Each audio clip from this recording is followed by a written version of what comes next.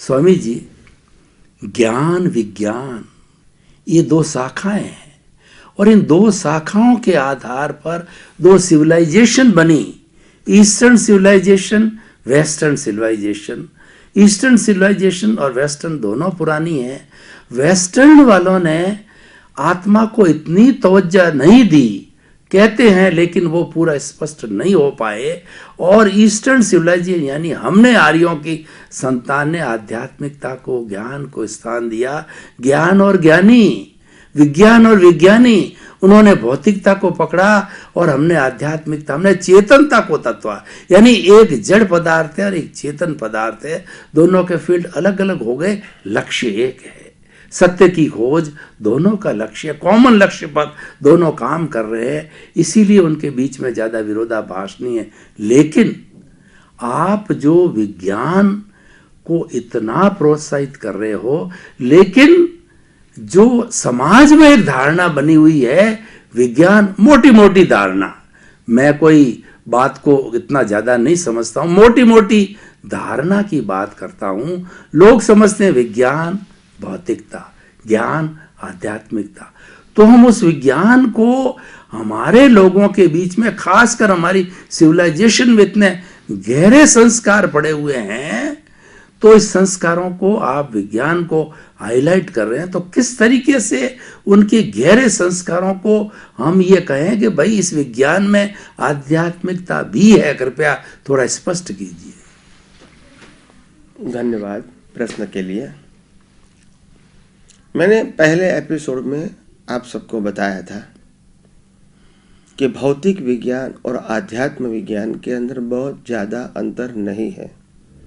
दोनों कुदरत के यही कानून के ऊपर काम करते हैं।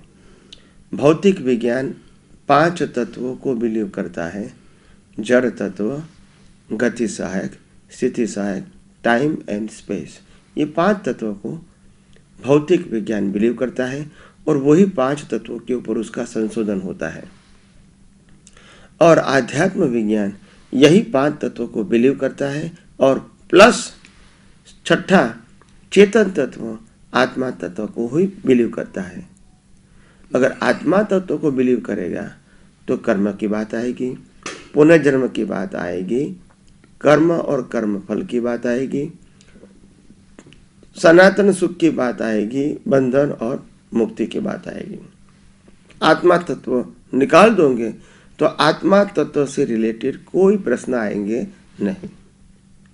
तो कहने का मतलब होता है भौतिक विज्ञान और आध्यात्म विज्ञान में सिर्फ आत्मा को नहीं मानना वो भौतिक विज्ञान है, और आत्मा को मानना और 5 तत्वों को मानना तो वो आध्यात्म विज्ञान है। आज हिंदुस्तान के या विश्व के जो कोई धर्म है वो मूलतः मूल पुरुष ने उसको विज्ञान के रूप में ही पेश किया था, मगर काल काल पर यह विज्ञान खत्म हो गया और लोग फॉर्मेट के रूप में धर्म को मानने लगे, अपने अपने धर्म को मजबूत करने लगे, अपनी अपनी शाखाओं को बढ़ाते गए, अपने अपने शिष्यों को बढ़ाते गए, अपने अपने मंदिरों को बढ़ाते गए और लोगों को कैसे भी करके वो रिचुअल्स में चलते रहे। इस प्रकार का माहौल बना दिया, जिससे ऐसा हुआ कि धीरे धीरे हिंदुस्तान में से आध्यात्म मार्ग का विज्ञान खत्म हो गया और आज मैं वही विज्ञान को रीओपन करना चाहता हूँ। तो आइए हम सब अपने जीवन में आध्यात्म मार्ग को धीरे धीरे सही तरह समझें और वही सनातन विज्ञान को फिर से अपने जीवन में खुला करें, अनुभव करें और हम खुद मुक्ति के मार्ग में, आध्यात्म के मार्ग में आगे बढ़े। यही मंगल कामना।